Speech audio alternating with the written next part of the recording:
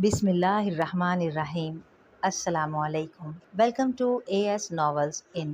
कैसे हैं आप सब? उम्मीद है खैरियत से होंगे। पेश खिदमत है नावल अमर बेल की किस्त नंबर 7। मेरा दिमाग बिल्कुल ठीक है, इमामा ने पुरस्कून अंदाज में कहा। क्या बुराई है अगर मैं दूसरे मज़ाहब के बारे में जानूं और उनके कुरान पाक की तफसीर पढ़ूं? हमें इसकी ज़रूरत नहीं है, वसीम ने नाराज़ी से कहा। तुम्हें ज़रूरत नहीं होगी, मुझे ज़रूरत है, इमामा ने दो टोक अंदाज में कहा। मैं आंखें बंद करके किसी भी चीज़ पर यकीन की कायल नहीं हूँ, उसने वाज़े अल्फाज में कहा। तो ये तफसीर पढ़कर तुम्हारे शुबहात दूर हो गए हैं? वसीम ने तंजिया लहजे में पूछा। इमामा ने सर उठाकर उसे देखा। पहले मुझे अपने एतकाद के बारे में शुबा नहीं था, अब है। वसीम उसकी बात पर भड़क उठा। देखा, इस तरह की किताबें पढ़ने से यही होता है। मैं इसीलिए तुमसे कह रहा हूँ कि तुम्हें इस तरह की किताबें पढ़ने की कोई ज़रूरत नहीं है। हमारे लिए हमारी अपनी किताबें काफ़ी हैं। मैंने इतनी तफासिर देखी हैं, कुरान पाक के इतने तर्जुमे देखे हैं। हैरानी की बात है वसीम, कहीं भी हमारे नबी का जिक्र नहीं है। हर तफसीर में अहमद से मुराद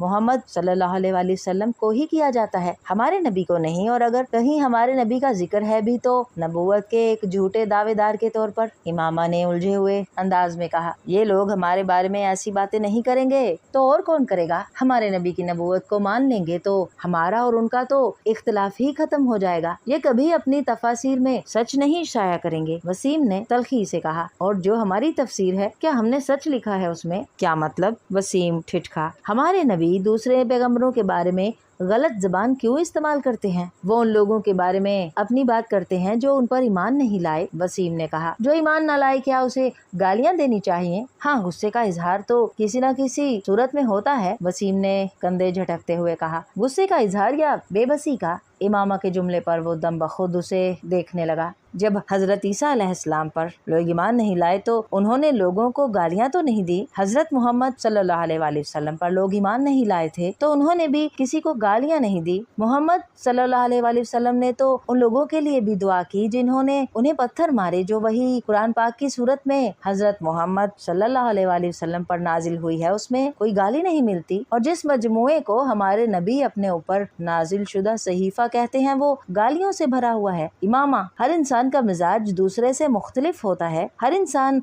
अलग तरह से रिएक्ट करता है, वसीम ने तेजी से कहा। इमामा ने कायल न होने वाले अंदाज में सर हिलाया। मैं हर इंसान की बात नहीं कर रही हूँ, मैं नबी की बात कर रही हूँ। जो शख्स अपने गुस्से पर काबू नहीं रख सकता वो नबूवत का दावा कैसे कर सकता है? जिस शख्स की जुबान से गालियाँ निकलती हों उसकी जुबान से हक और सदाकत की बात निकल सकती है। वसीम, मुझे अपने मजहब और अकीदे के बारे में उलझन सी है। वो एक लम्हे के लिए रुकी। मैंने इतनी तफासिर में अगर किसी उम्मती नबी का जिक्र पाया है तो वो हजरत ईसा अलैहिस्सलाम है, और मैं नहीं समझती कि हमारे नबी हजरत ईसा अलैहिस्सलाम या मसीह मऊद हैं। नहीं, ये वो नहीं है जिनके आने के बारे में कुरान पाक में जिक्र है। इस बार उसने अपने अल्फाज की खुद ही पुरजोर तरदीद की। तुम अब अपनी बकवास बंद कर लो तो बेहतर है, वसीम ने तुर्श लहजे में कहा। काफी फजूल बातें कर चुकी हो तुम। फजूल बातें? इमामा ने बेयकीनी से उसे देखा। तुम कह रहे हो फजूल बातें कर रही हो? मस्जिद अक्सा अगर हमारे शहर में है तो फिर जो इतने सैकड़ों सालों से फलस्तीन में मस्जिद अक्सा है वो क्या है? एक नाम की दो मुकद्दस जगहें दुनिया में बनाकर खुदा तो मुसलमानों को कंफ्यूज नहीं कर सकता। मुसलमानों को छोड़ो, यहूदी, ईसाई, सारी दुनिया उसी मस्जिद को किबला अव्वल तस्लीम करती है। अगर कोई नहीं करता तो हम नहीं करते।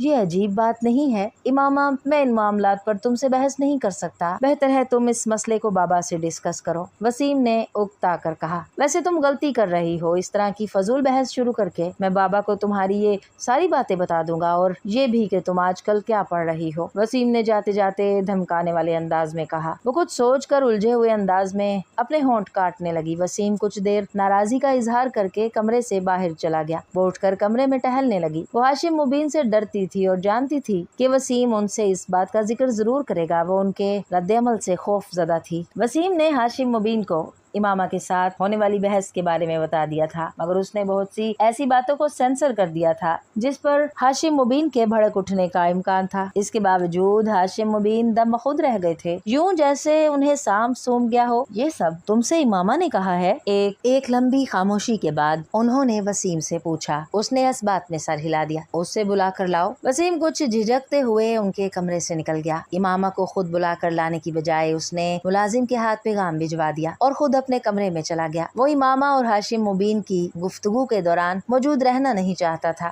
ہاشم مبین کے کمرے کے دروازے پر دستک دے کر وہ اندر داخل ہوئی تو اس وقت ہاشم اور ان کی بیگم بالکل خاموش بیٹھے تھے۔ ہاشم مبین نے اسے جن نظروں سے دیکھا تھا اس نے اس کے جسم کی لرزش میں کچھ اور اضافہ کر دیا تھا۔ بابا، آپ نے مجھے بلوایا تھا؟ کوشش کے باوجود وہ روانی سے بات نہیں کہہ سکی۔ ہاں، میں نے بلوایا تھا۔ وسیم سے کیا بکواس کی ہے تم نے؟ ہاشم مبین نے بلا تمہید بلند آواز میں اس سے پوچھا۔ وہ اپنے ہونٹوں پر زبان پھیر کر رہ گئی۔ کیا پوچھ رہا ہوں تم سے؟ وہ ایک بار پھر دھاڑے۔ شرم سے ڈوب مرنا چاہیے تمہیں، خود گناہ کرتی ہو اور اپنے ساتھ ہمیں بھی گناہ گار بناتی ہو۔ امامہ کی آنکھوں میں آنسو آ گئے۔ تمہیں اپنی اولاد کہتے ہوئے مجھے شرم آ رہی ہے۔ کون سی کتابیں لائی ہو تم؟ وہ مشتعل ہو گئے تھے۔ جہاں سے یہ کتابیں لے کر آئی ہو کل تک وہیں دے آؤ، ورنہ میں انہیں اٹھا کر باہر پھینک دوں گا۔ جی بابا، اس نے اپنے آنسو پہنچتے ہوئے صرف اتنا ہی کہا، اور آج کے بعد اگر تم نے جویریہ کے ساتھ میل جول رکھا تو میں تمہارا کالج جانا بند کر دوں گا۔ بابا، جویریہ نے مجھ سے کچھ نہیں کہا، اس کو تو کچھ پتا ہی نہیں ہے۔ اس بار امامہ نے قدرے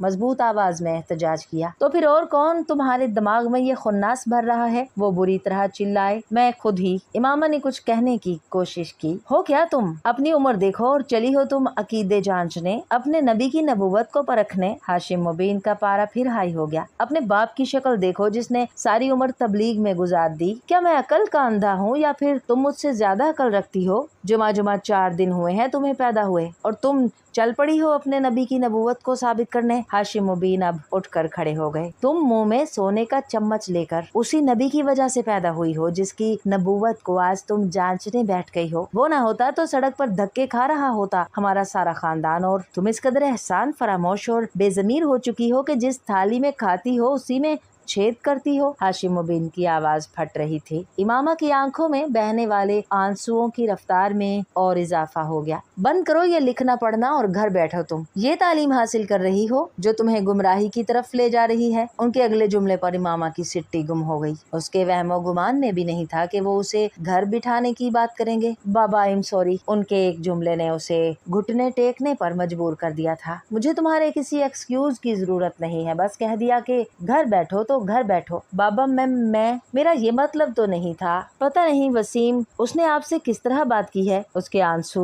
اور تیزی سے بہنے لگے۔ پھر بھی میں آپ سے کہہ رہی ہوں کہ میں آئندہ ایسا کچھ نہیں پڑھوں گی، نہ ہی ایسی کوئی بات کروں گی، پلیز بابا، اس نے منت کی۔ ان معذرتوں کا سلسلہ وہیں ختم نہیں ہوا تھا۔ اگلے کئی دن وہ ہاشم مبین سے معافی مانگتی رہی اور پھر تقریباً 1 ہفتے کے بعد وہ نرم پڑ گئے تھے اور انہوں نے اسے کالج جانے کی اجازت دے دی تھی، مگر اس 1 ہفتے میں وہ اپنے پورے گھر کی لعنت ملامت کا شکار رہی تھی۔ ہاشم مبین نے اسے سخت قسم کی تنبیہ کے بعد کالج جانے کی اجازت دی تھی، مگر اس 1 ہفتے کے دوران ان لوگوں کے رویے نے اسے اپنے عقیدے سے مزید متنفر کر دیا تھا۔ اس نے ان کتابوں کو پڑھنے کا سلسلہ نہیں روکا تھا، بس فرق یہ تھا کہ پہلے وہ انہیں گھر لے آتی تھی اور اب وہ انہیں کالج کی لائبریری میں پڑھ لیا کرتی تھی۔ FSC میں میرٹ لسٹ پر آنے کے بعد اس نے میڈیکل کالج میں ایڈمیشن لے لیا تھا۔ جویریہ کو بھی اسی میڈیکل کالج میں ایڈمیشن مل گیا تھا۔ ان کی دوستی میں اب پہلے سے زیادہ مضبوطی آ گئی تھی اور اس کی بنیادی وجہ امامہ کے ذہن میں آنے والی تبدیلی تھی۔ سبیحہ سے امامہ کی پہلی ملاقات اتفاقاً ہوئی تھی۔ جویریہ کی ایک کزن سبیحہ کی کلاس فیلو تھی اور اسی کے توسط سے امامہ کی اس سے شناسائی ہوئی۔ وہ ایک مذہبی جماعت کے اسٹوڈنٹ ونگ سے منسلک تھی اور ہفتے میں 1 بار وہ کلاس روم میں اسلام سے متعلق کسی نہ کسی ایک موضوع پر لیکچر دیا کرتی تھی۔ 40-50 کے لگ بھگ لڑکیاں اس لیکچر کو اٹینڈ کیا کرتی تھیں۔ سبیحہ نے اس دن ان سے متعارف ہونے کے بعد انہیں بھی اس لیکچر کے لیے انوائٹ کیا۔ وہ چاروں ہی وہاں موجود تھیں۔ میں تو ضرور آؤں گی، کم از کم میری شرکت کے بارے میں آپ تسلی رکھیں، جویریہ نے سبیحہ کی دعوت کے جواب میں کہا۔ میں کوشش کروں گی، وعدہ نہیں کر سکتی، رابعہ نے کچھ جھیمپی ہوئی مسکراہٹ کے ساتھ کہا۔ میرا آنا ذرا مشکل ہے کیونکہ میں اس دن کچھ مصروف رہوں گی، زینب نے معذرت کرتے ہوئے کہا۔ سبیحہ مسکراتے ہوئے امامہ کو دیکھنے لگی جو اب تک خاموش تھی۔ امامہ کا رنگ کچھ فک ہو گیا۔ اور آپ آئیں گی؟ امامہ کی نظر جویریہ سے ملی جو اسے ہی دیکھ رہی تھی۔ ویسے اس بار کس موضوع پر کریں گی آپ؟ اس سے پہلے کہ امامہ کچھ کہتی، جویریہ نے سبیحہ کی توجہ اپنی طرف مبذول کر لی۔ شاید ایسا اس نے दानिस्ता तौर पर किया था। इस बार असराफ के बारे में बात होगी। इस एक आदत की वजह से हमारा मुआशरा कितनी तेज़ी से ज़वाल पजीर हो रहा है और उसके सद्देबाब के लिए क्या क्या किया जा सकता है, इसी मौजू पर गुफ्तगू होगी। सबीहा ने जवेरिया को तफसील से बताया। आपने बताया नहीं मामा, आप आ रही हैं? जवेरिया से बात करते करते सबीहा एक बार फिर इमामा की तरफ मतवजा हो गई। इमामा का रंग एक बार फिर बदला।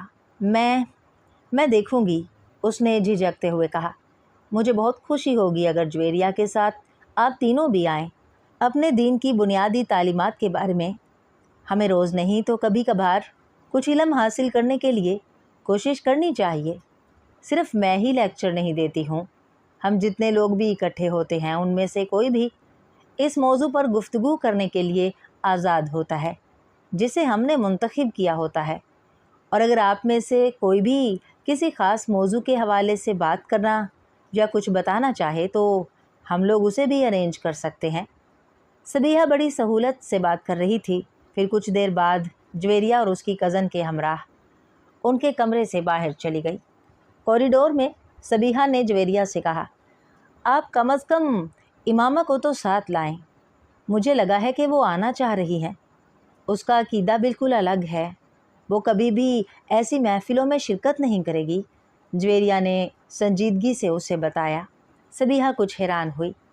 आपको चाहिए कि आप उन्हें इस्लाम का मुतालिया करने की दावत दें। हो सकता है इस तरह वो सही और गलत का फ़र्क कर सकें। सबीहा ने चलते हुए कहा, मैं एक बार ऐसी कोशिश कर चुकी हूँ। वो बहुत नाराज़ हो गई थी और मैं नहीं चाहती कि हम दोनों की इतनी लंबी दोस्ती इस तरह ख़त्म हो।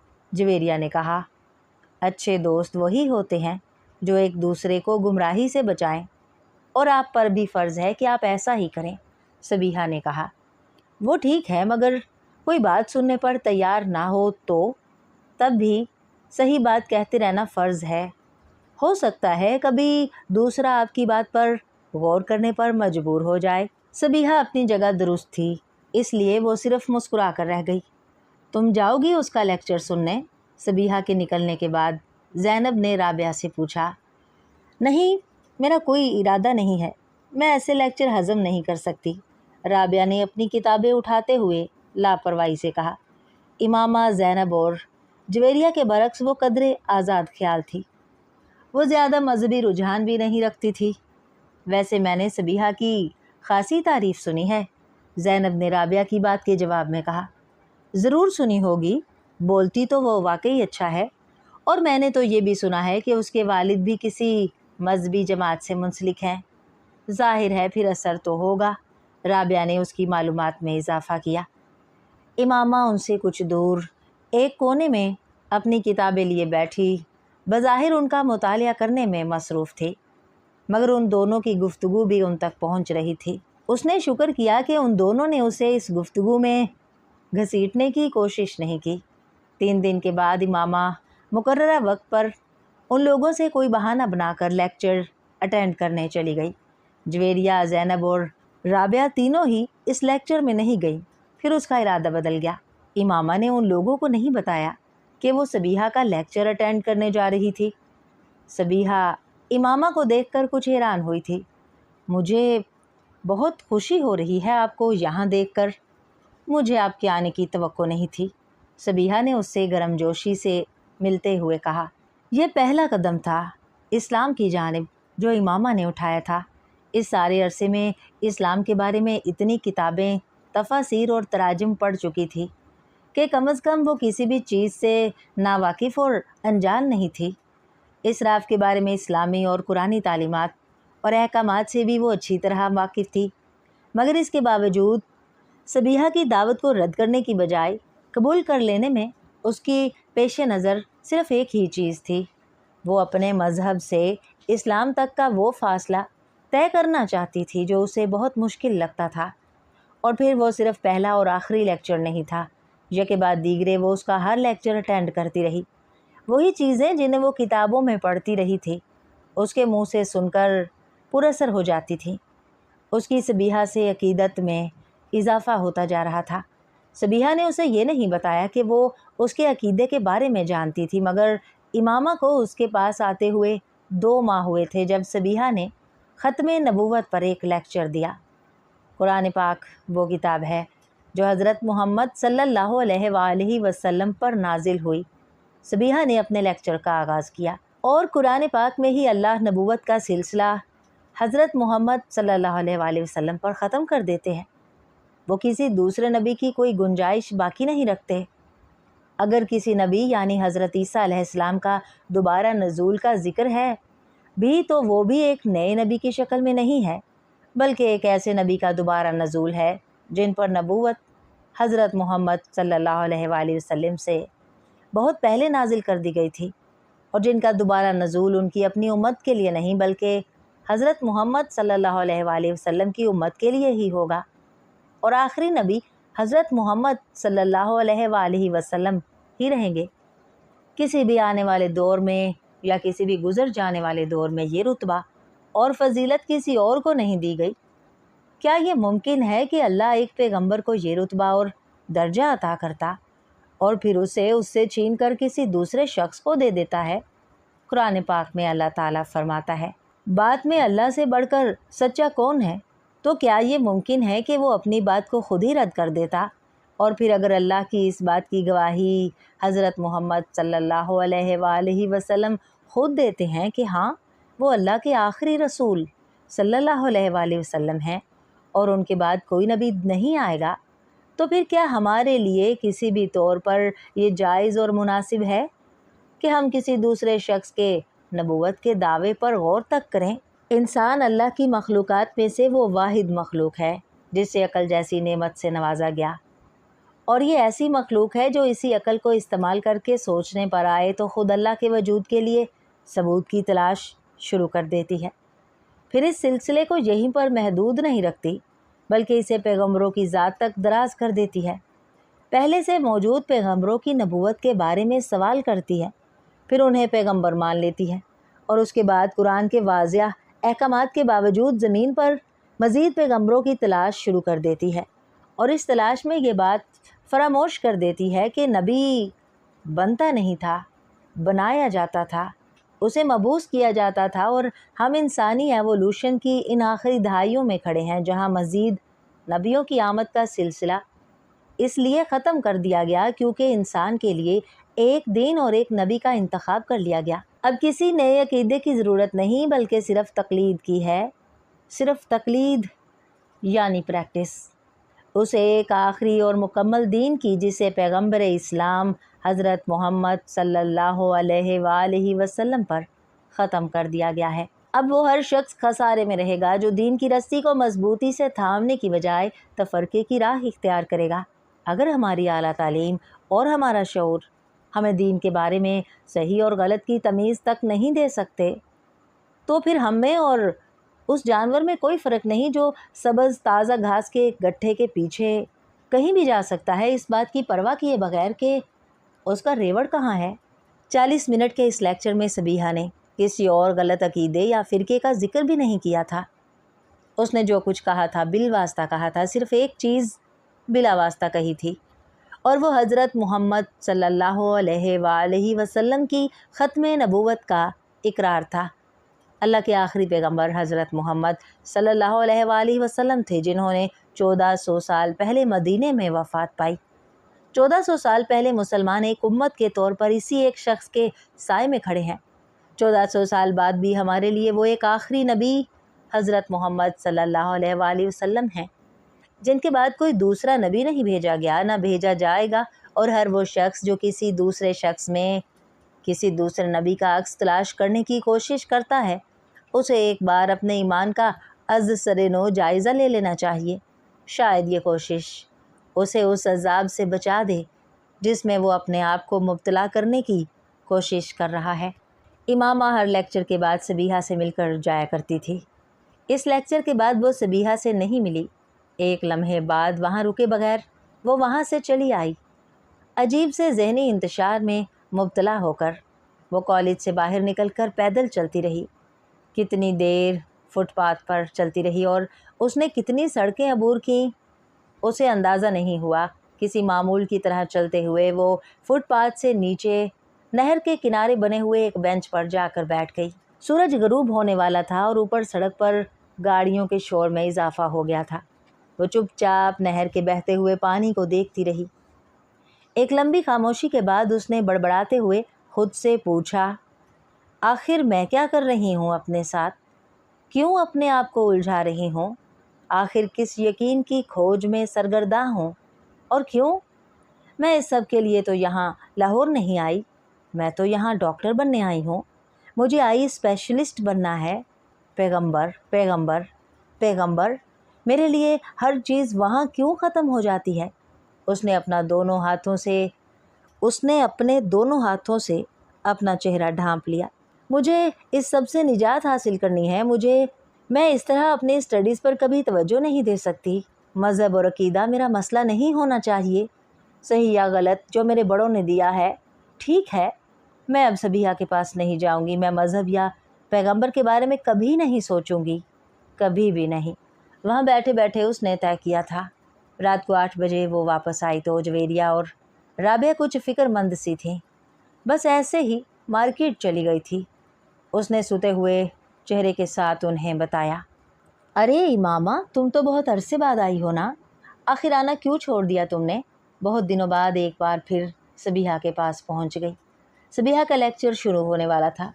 मुझे आपसे कुछ बातें करनी हैं। आप अपना लेक्चर ख़त्म कर लें, मैं बाहर बैठकर आपका इंतज़ार कर रही हूँ।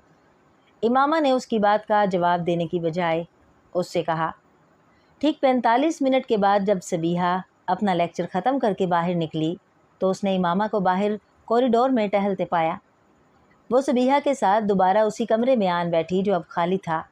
सबीहा खामोशी से उसकी तरफ से बात शुरू करने का इंतज़ार करती रही। इमामा चंद लम्हे किसी सोच में डूबी रही। फिर उसने सबीहा से कहा, आपको पता है मैं किस मज़हब से हूँ? हाँ, मैं जानती हूँ, जवेरिया ने मुझे बताया था। सबीहा ने पुरसुकून अंदाज में कहा, मैं आपको बता नहीं सकती मैं किस हद तक फ्रस्ट्रेटेड हूँ। मेरा दिल चाहता है मैं दुनिया छोड़कर कहीं भाग जाऊँ। उसने कुछ देर के बाद सबीहा से कहना शुरू किया, मैं उसने दोनों हाथों से अपना सर पकड़ लिया। मुझे पता है कि उसने एक बार फिर अपनी बात अधूरी छोड़ दी। फिर खामोशी। मगर मैं अपना मज़हब नहीं छोड़ सकती, मैं तबाह हो जाऊंगी। मेरे माँ बाप मुझे मार डालेंगे, मेरा करियर, मेरे ख्वाब, सब कुछ ख़त्म हो जाएगा। मैंने तो सीधे से इबादत करना तक छोड़ दी है, मगर फिर भी पता नहीं क्यों मुझे सुकून नहीं मिल रहा है। आप मेरी सूरत हाल को समझें। मुझे लग रहा है ये सब कुछ गलत है और सही क्या है मुझे नहीं मालूम। इमामा, तुम इस्लाम कबूल कर लो। सबीहा ने उसकी बात के जवाब में सिर्फ़ एक जुमला कहा, ये मैं नहीं कर सकती। मैं आपको बता रही हूँ मैं कितने मसाइल का शिकार हो जाऊँगी। तो फिर मेरे पास किस लिए आई हो? सबीहा उसी पुरसुकून अंदाज में बोली।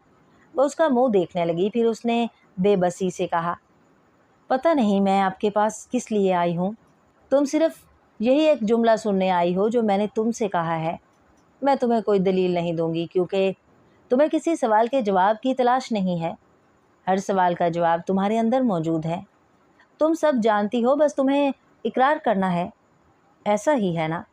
इमामा की आंखों में आंसू तैरने लगे। मुझे लग रहा है मेरे पाँव ज़मीन से उखड़ रहे हैं, मैं जैसे खला में सफ़र कर रही हूँ, उसने भर्राई हुई आवाज़ में कहा। सबीहा ने उसकी बात का जवाब नहीं दिया। वो बिस्मिल्लाह पढ़ रही थी। इमामा गीली आंखों के साथ उसका चेहरा देखने लगी। कहीं कुछ भी नज़र नहीं आता सबीहा, कुछ भी नहीं। उसने अपने हाथों की पुष्ट से अपने आंसुओं को साफ़ किया। ला इलाहा इल्लल्लाह। सबीहा के लब आहिस्ता आहिस्ता हिलने लगे। इमामा दोनों हाथों से चेहरा ढांप कर बच्चों की तरह फूट फूट कर रोने लगी और वो रोते हुए सबीहा के पीछे कलमे के अल्फाज दोहरा रही थी, मुहम्मदुर रसूलुल्लाह। इमामा ने अगले अल्फाज दोहराए। उसकी आवाज़ भर्रा गई। इमामा की समझ में नहीं आ रहा था उसे इतना रोना क्यों आ रहा था। उसे कोई पछतावा, कोई अफसोस नहीं था, मगर फिर भी उसे अपने आंसुओं पर काबू पाना मुश्किल हो रहा था।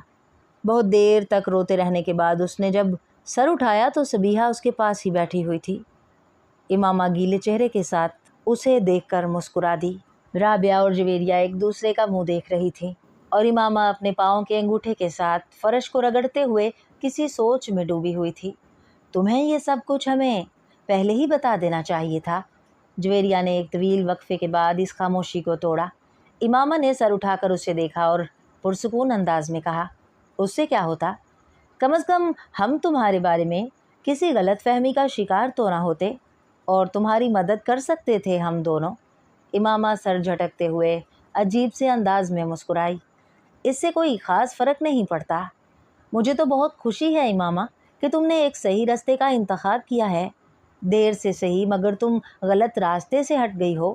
جویریہ نے اس کے پاس بیٹھتے ہوئے نرم لہجے میں کہا، تم اندازہ نہیں کر سکتی کہ میں اس وقت تمہارے لیے اپنے دل میں کیا محسوس کر رہی ہوں۔ امامہ چپ چاپ اسے دیکھتی رہی۔ تمہیں اگر ہم دونوں کی طرف سے کسی بھی مدد کی ضرورت ہو تو ہچکچانا مت، تمہاری مدد کر کے ہمیں خوشی ہوگی۔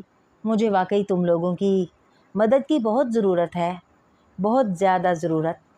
امامہ نے کہا، میری وجہ سے اگر تم نے اپنے مذہب کی اصلیت جانچ کر اسے چھوڑ دیا ہے تو، جویریہ کہہ رہی تھی۔ امامہ اس کا چہرہ دیکھنے لگی۔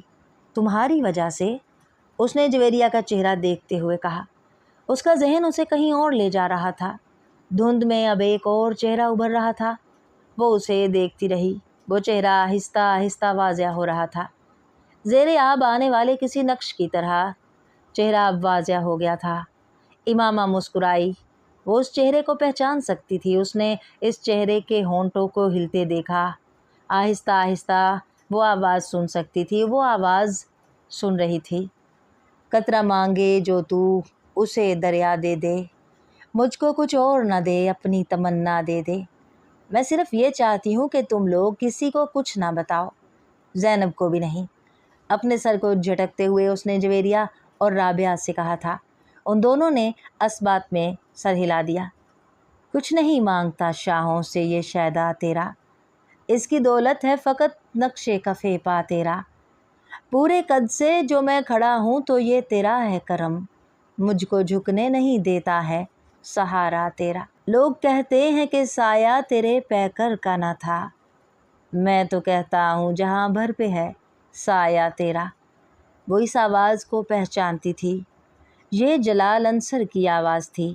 امامہ میڈیکل کالج میں چند روز ہوئے تھے جب ایک ویکنڈ پر اسلام آباد آنے کے بعد اس نے رات کو زینب کے گھر لاہور فون کیا۔ بیٹا میں زینب کو بلاتی ہوں، تم ہولڈ رکھو۔ زینب کی امی فون رکھ کر چلی گئیں۔ وہ رسیور کان سے لگائے انتظار کرتی رہی۔ کچھ نہیں مانگتا شاہوں سے یہ شیدا تیرا، اس کی دولت ہے فقط نقش کفِ پا تیرا۔ مردانہ آواز میں فون پر سنائی دینے والی وہ نعت امامہ نے پہلے بھی سنی تھی، مگر اس وقت جو کوئی بھی اسے پڑھ رہا تھا وہ کمال جذب سے اسے پڑھ رہا تھا۔ پورے قد سے جو کھڑا ہوں تو یہ تیرا ہے کرم، مجھ کو جھکنے نہیں دیتا ہے سہارا تیرا۔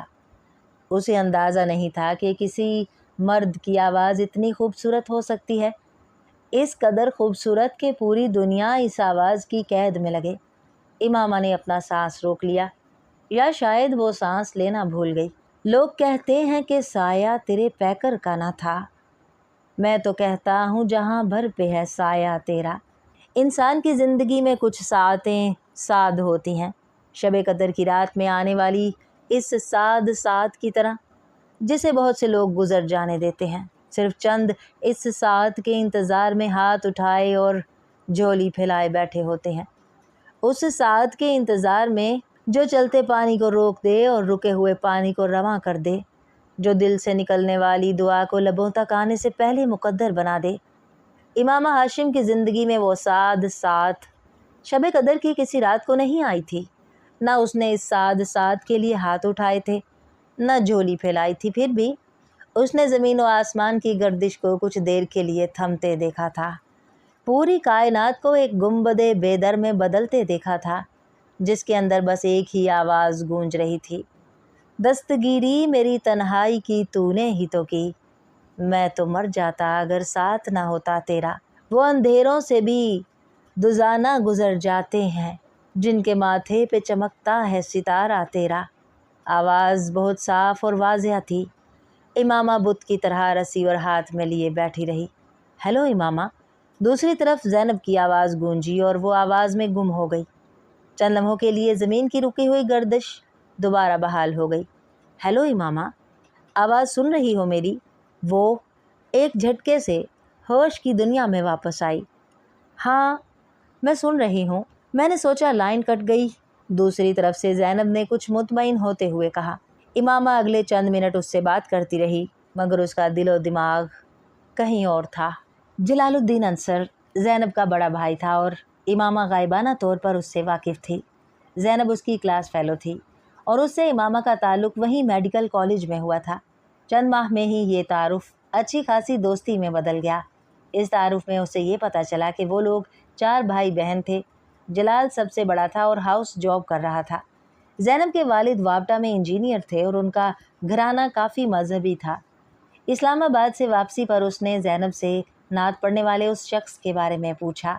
ज़ैनब, उस रात मैंने तुम्हें फ़ोन किया तो कोई नात पढ़ रहा था, वो कौन था? उसने अपने लहजे को हतुल इम्कान नॉर्मल रखते हुए कहा। वो जलाल भाई थे। एक मुकाबले में हिस्सा लेने के लिए वो नात याद कर रहे थे। फ़ोन कॉरिडोर में है और उनके कमरे का दरवाज़ा खुला था, इसलिए आवाज़ तुम तक पहुंच गई। ज़ैनब ने तफसील से बताया। बहुत अच्छी आवाज़ है उनकी। हाँ, आवाज़ तो बहुत अच्छी है उनकी। किरत तो नात से भी ज़्यादा खूबसूरत करते हैं। बहुत से मुकाबलों में इनाम भी ले चुके हैं। अभी भी कॉलेज में एक मुकाबला होने वाला है, तुम उसमें उन्हें सुनना। ज़ैनब तब ये नहीं जानती थी कि इमामा किस मज़हब की थी। वो जिस तरह पर्दे का ख्याल रखती थी, ज़ैनब का ख्याल था कि वो किसी मजहबी घराने से ताल्लुक़ रखती है। खुद ज़ैनब भी खासे मजहबी घराने से ताल्लुक़ रखती थी और चादर ओढ़ा करती थी। 2-3 दिन के बाद इमामा जलाल अंसर की नात सुनने के लिए अपनी फ्रेंड्स को बताए बगैर क्लासेस बंक करके नातों के उस मुकाबले में चली गई थी। जलाल अंसर को उस दिन पहली बार उसने देखा था। कंपेयर ने जलाल अंसर का नाम पुकारा और इमामा ने तेज़ होती हुई धड़कनों के साथ ज़ैनब से मुशाबहत रखने वाले आम सी शक्लो सूरत और दाढ़ी वाले एक 24-25 साला लड़के को स्टेज पर चढ़ते देखा। स्टेज पर सीढ़ियाँ चढ़ने से लेकर रोस्ट्रम के पीछे आकर खड़े होने तक इमामा ने एक बार भी अपनी नज़र जलाल अंसर के चेहरे से नहीं हटाई। उसने उसे सीने पर हाथ बांधते और आंखें बंद करते देखा। कुछ नहीं मांगता शाहों से ये शैदा तेरा, इसकी दौलत है फ़कत नक्शे कफ़े पा तेरा। इमामा को अपने पूरे वजूद में एक लहर सी दौड़ती महसूस हुई। हॉल में मुकम्मल खामोशी थी और सिर्फ उसकी खूबसूरत आवाज़ गूंज रही थी। वो किसी सहरज़दा माहौल की तरह बैठी उसे सुनती रही।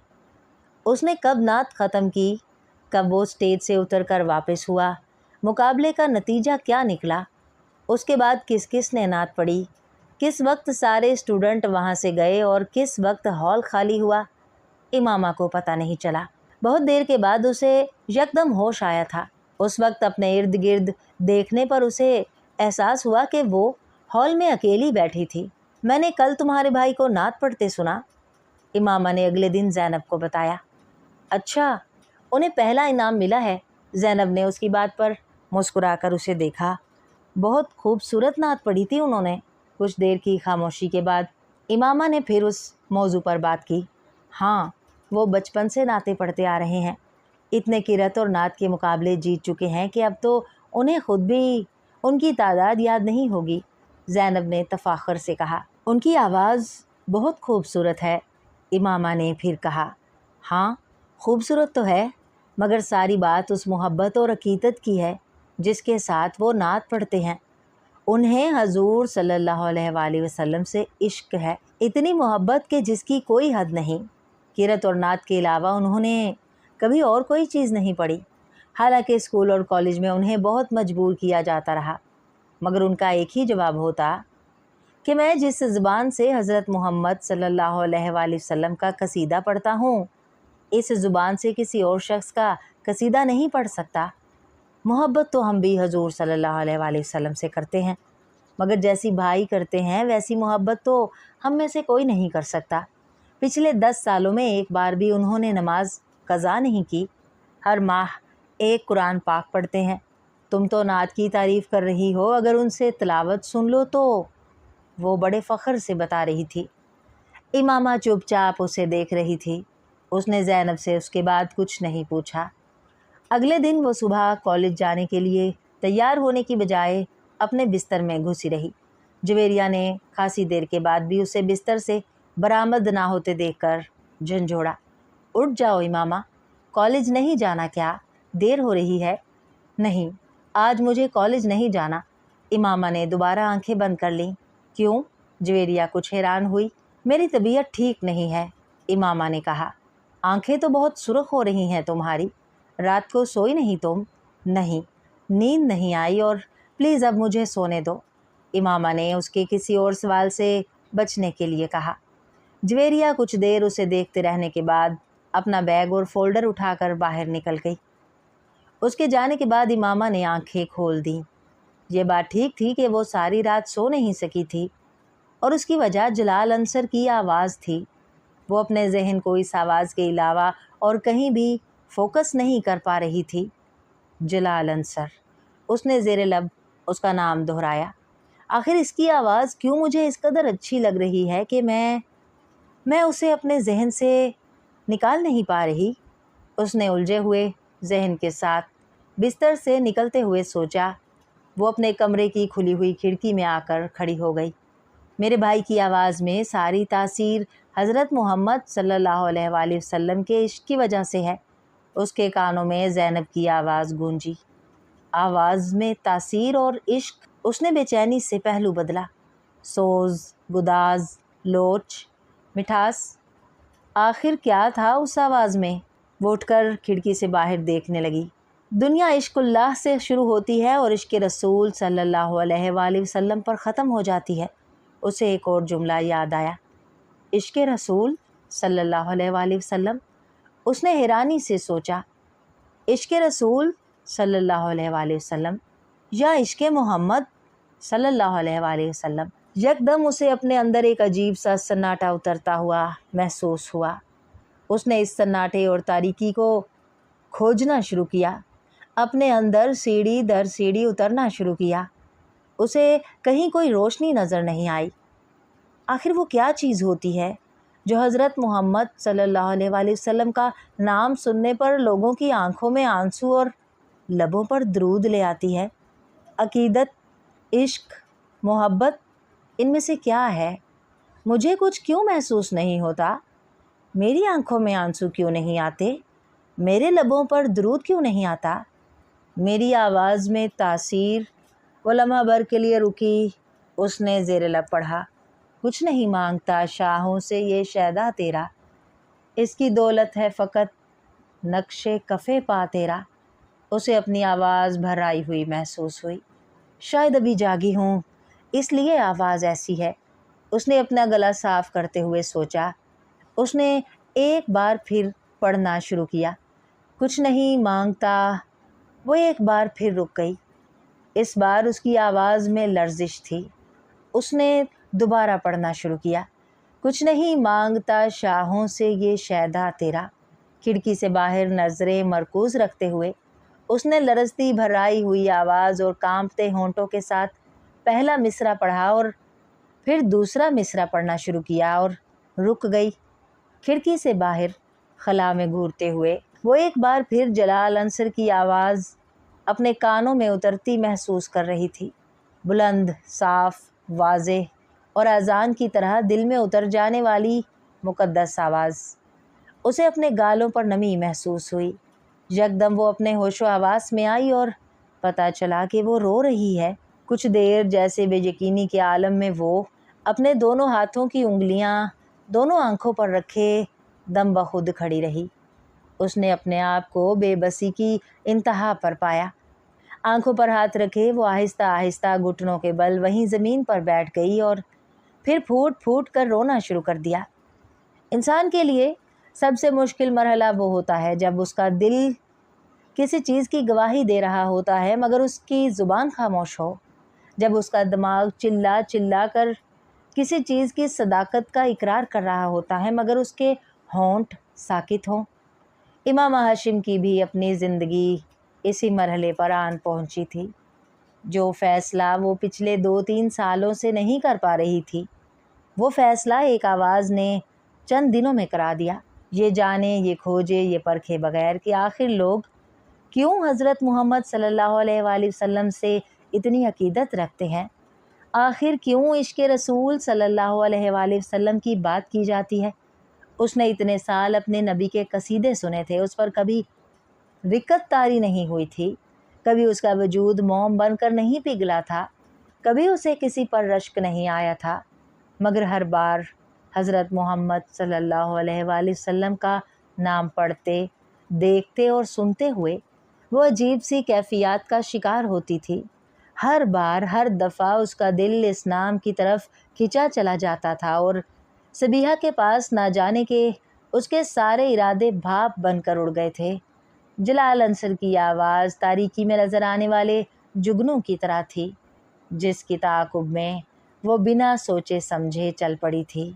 मैं तुझे आलमे अशिया में भी पा लेता हूँ, लोग कहते हैं कि है आलमे बाला तेरा।